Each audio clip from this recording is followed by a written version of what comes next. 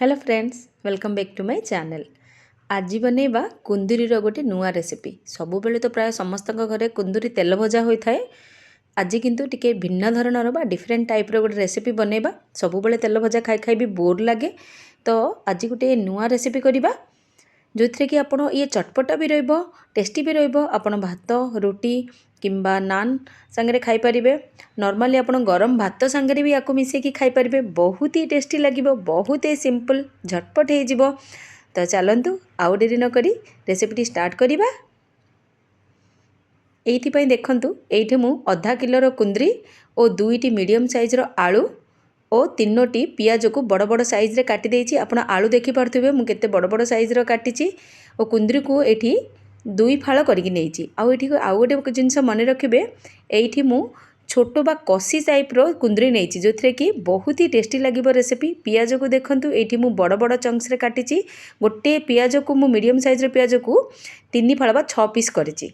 एपटे गोटे blending jar रे मु दुईटी टमाट नेछि, गोटे मीडियम और गोटे सान ताकू प्यूरी करके आनिबा। देखंतु पूरा मु प्यूरी कर नेछि ताकू। तापर आको साइड रे रखिबा।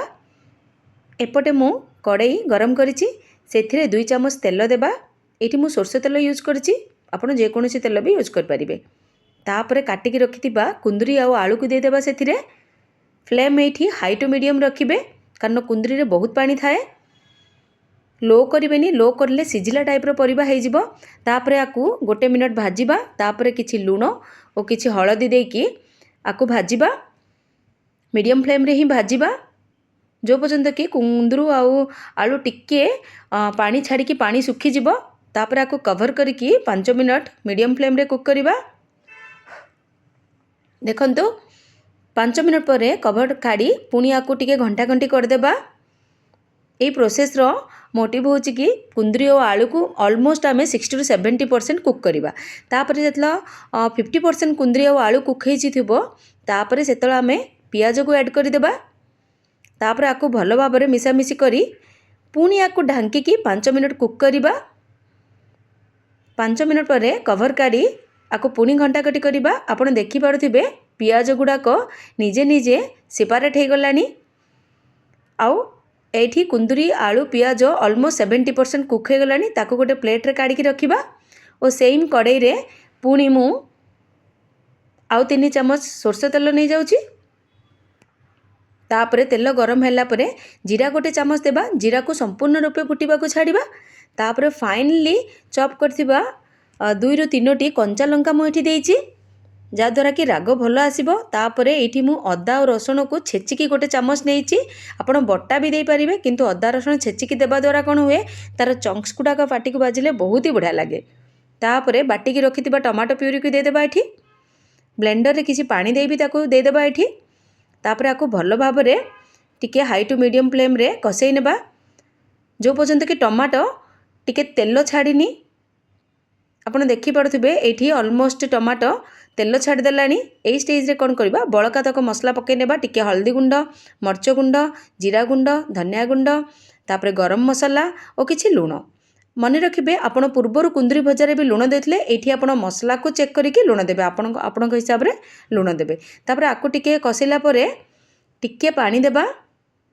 पानी देकी आकु पुणी कसिबा, जहाँद्वारा कौन हम जे मसला गुड़ाक और अदा रसुण सबूर र फ्लेवर भी पलैब। मसला गुड़ाक बिना जलिकी बिना पोड़ीकी भलरे कुक हो। ताकु ढांकी आमे लो फ्लेम रे 5 मिनट कुक करदेबा। 5 मिनट पर देखंतु मसला गुड़ाक ऑलमोस्ट कुक हो गलानी। आकु पुणी टिके मिसामिसी करिबा। तापरे ए स्टेज रे कौन करबा, आमे भाजिकी रखिथिबा कुंदरी आलू पियाज को एठी दे देबा। एठी आकु भी मिसामिसी करिबा। एबे मन रखिबे पूरा लास्ट पर्यंत फ्लेम लो ही रहिबो। आकु पुणी मिसामिसी करिकी आकु ढांकी की 5 मिनट कुक करिबा। 5 मिनट परे आकु काढ़िकी टिके घंटा घंटी करिबा। आउ चेक करिबा परिबा गुड़ाक सिझिलानी ना नाई पूरा। देखंतु मु एठी स्टील रो कड़ाई यूज करछि, तो सेइथि पई परिबा गुड़ाक टिके तळरे लागिला बेला देखा जाउछि मसला गुड़ाक। आपण जदि नॉनस्टिक यूज करछन्ती ताहले ए प्रॉब्लम आसीबनी। एठी आलू मु चेक करली, आलू आउरी टिके सिझिबा को अछि, तो आउ 5 मिनट ढांकी की कुक करबा। 5 मिनट पर देखंतु एठी भजाटी प्रस्तुत हे गलानी। पुणी थरे एठी गोटे आलू बा परिबा को टिके चेक कर नेबा। देखंतु एठी मु गोटे आलू चेक करुच्ची ओ आलू भल भाव में सीझी जाइए तापर कुंदरी भी भल भाव में सीझी जाइए एठी मु आउ गोटे आलू भी आपन को चेक करके देखौची पूरा भल भाव में सीझी जाउची बा भांगी जाउची तो आउ जदि अधिक सीझेबे ताहले परिबा गुड़ाक मेस हो जोटा कि आपन को आउ खाइबाकू भल लागिबनी तो एई स्टेज रे कोन करिबा बंद करिकी आकु रुटी किंबा भात किंबा पखाड़ सांगरे भी बहुत बढ़िया लगे किंतु मते स्पेशली आकु गरम भात सांगरे गोली गोली खाइबार भल लगे बिना डाली रे थरे आपण निश्चय ट्राई करिवे ए रेसिपीटी बहुत ही सिंपल बहुत ही इजी टिके डिफरेंट टाइप रो तो निश्चय ट्राई करिवे ए रेसिपीटी को आ जदि आपन को भल लागिला ए रेसिपीटी तो निश्चय आकु गोटे लाइक करिवे और आपण अनुभूति मो संगे शेयर करिवे निश्चय जदि आपण चैनल रे नुआ अछंती ताले सब्सक्राइब तो निश्चय निश्चय निश्चय करिवे प्लीज आज पाई ए वीडियो रे रहुची पुणी देखाबा एक सिंपल देसी और टिके अलगा टाइप रो बा मजेदार वीडियो रे सेति पर्यंत रहुची बाय।